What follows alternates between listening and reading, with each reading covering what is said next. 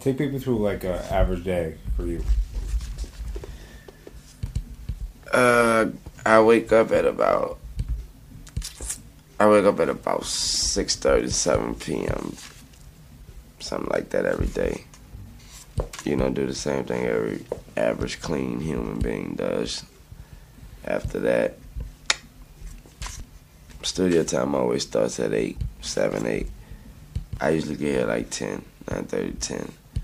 Staying here till 9:30, 10 a.m. And then we go. By the time I get back to my spot, it's about 11:30 noon, something like that. I don't care how tired you are. You're not gonna go to sleep when you don't have. I don't have.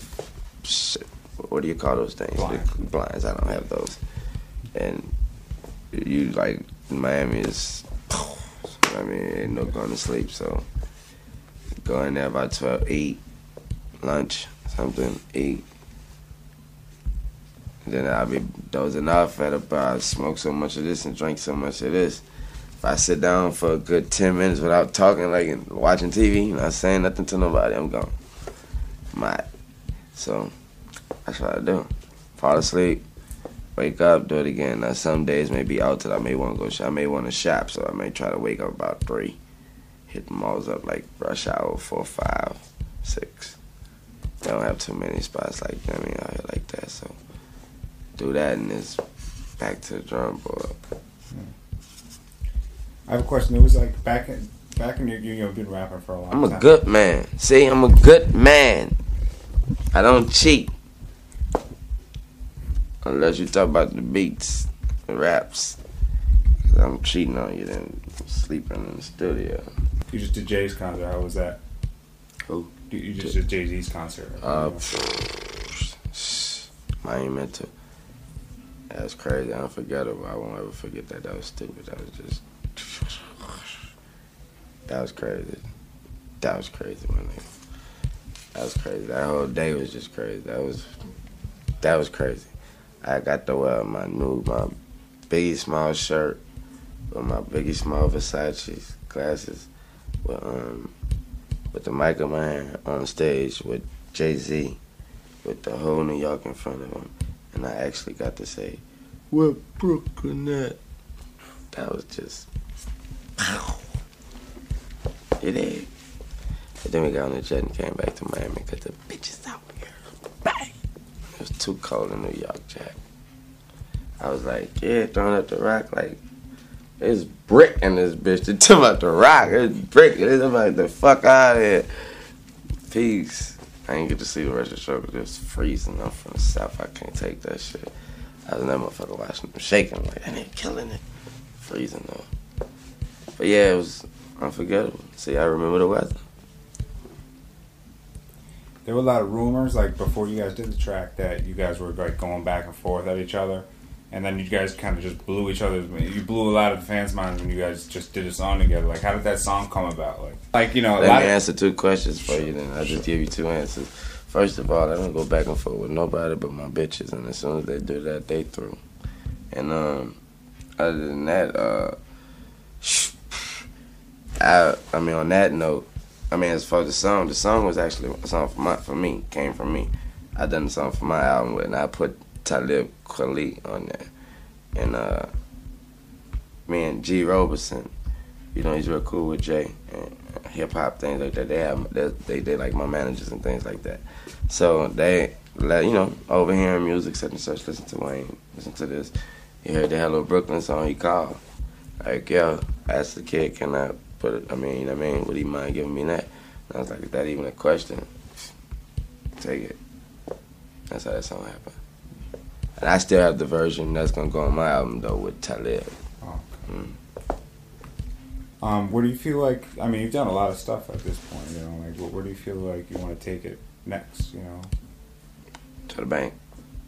But like, you know, like you've done music, you've coming out with a champagne, you started a label, you know, you kind of done a lot of stuff. Are you gonna do more movies, you think? Have you had the opportunity to do some more movies? I don't I've never been in like no big. I only did that Caddyshack. And that was like no role. That wasn't no. I didn't even have a name like in that movie. So like, and I only shot Baller Block, and that was some shit we shot on our own.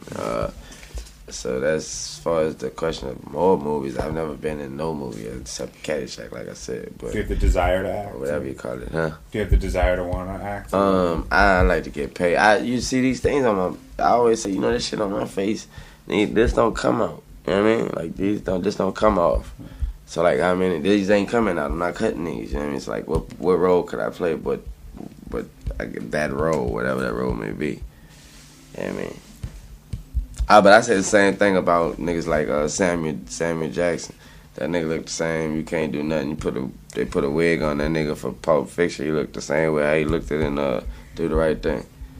And so, how much would someone have to pay you to change your hair, like to do a movie? Contact Cortez Brian 601-566-5164 for any business, any numbers, any prices. I don't speak those. Alphabet Boys watch these DVDs. Do you have any new mixtapes coming out that look forward to? I've been asked to do Dedication 4 or Dedication 3. One of them, Dedication 2, something that.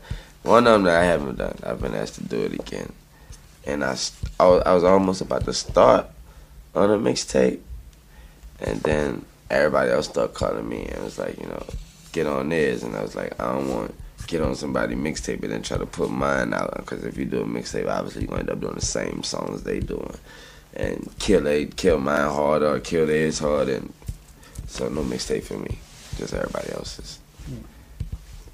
Yeah, the trend switched. At first it was me on your single. Yeah. So first it was me on your album, then it was me. Then it went to me on your single. Now they like me on your mixtape. And I ain't talking about my artists. I'm talking about now that's the new trend for outside. Send the mixtape to that nigga too. And you know what I do?